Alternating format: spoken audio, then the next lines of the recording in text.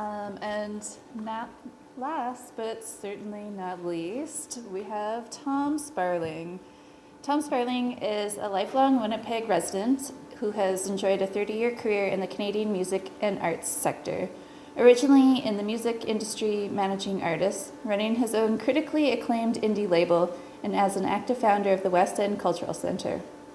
For the past 7 years, he has been the executive director of ACI Manitoba, working on the development and delivery of arts mentorships, entrepreneurial training for artists and creative business owners, and the nonprofit arts sector.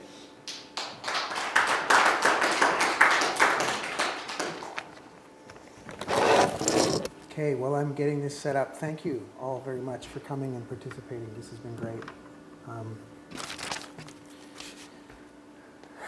Okay. I started working at ACI Manitoba 7 years ago this month, and when we first started there were 4 staff. Within a couple of months we had 6, and within a couple of years we had 9. Our offices were getting really cramped.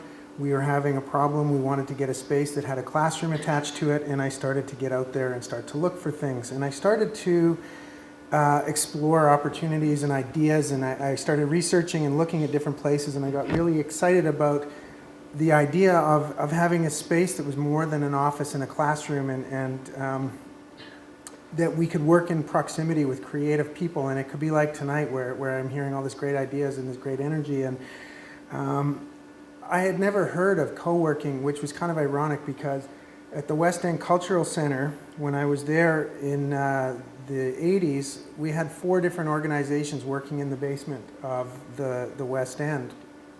And it was essentially co-working in that environment. It was kind of interesting. Then I moved into a company called Oh Yeah Records, and we had a space just over here on Bannatyne. And again, there was 4 more organizations, companies, some musicians, a manager, and we were all working together and co-working. And it never really occurred to me that that was what was going on. But now it's all official. Co-working is a word.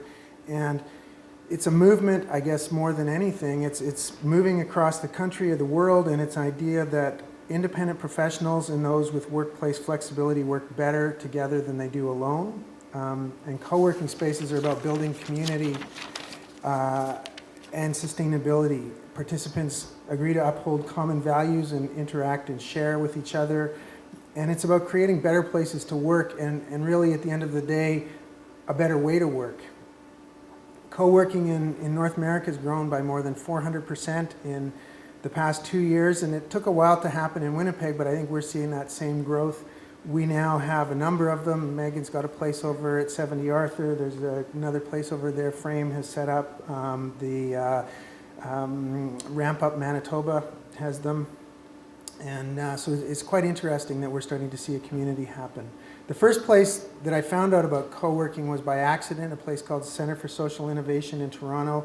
I had a friend who had an office there. When I was talking about this idea I had, he said, "You got to come and see what we're doing." And I walked in the door and it was like, whoa, you know, you guys, they've been doing it for 10 years. They now have 3 spaces in Toronto, a space in New York. They've written books on how to do a co-work or shared space, how to create community bonds, and a number of other things.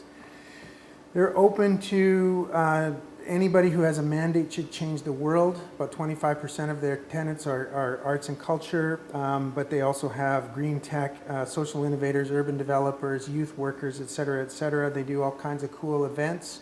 They have food. They do potluck meals once a week for different people who are in their places, and a whole whack of different ideas that I'd like to copy here. I wanted to find some spaces that were smaller, so I went to Guelph, who have about 4 different places, and a couple of them, one is 10 Carden. It's about social innovation and really about social services, social good, and youth. And just up the street from 10 Carden is a place called the 349, and I thought it was great, and this guy Braden, he's a tech guy, and we kind of didn't hit it off, and then all of a sudden we started talking about beer, because they have a beer fridge, and we have beer here. And then we started talking about hockey and independent music, and it turned out that we knew all these friends in common, because there's all these Winnipeggers who are musicians who live in Toronto and play hockey. There's another place in Saskatoon called the 220 that's really successful.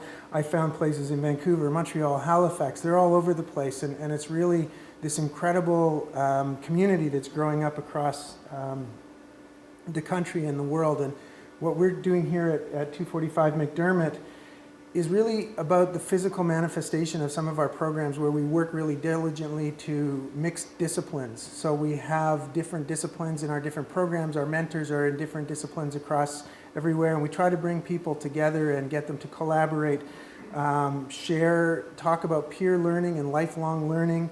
And it really kind of grew out of this. We want to have an office with a classroom attached to it, we need to have more than just an office and a classroom. We need to have a place for people to come and hang out. And really, if we're successful, we'll have created a space that encourages and supports creative risk-taking, true collaboration, and accelerates the serendipity that comes when you put a bunch of minds in proximity with each other. So thank you very much for coming.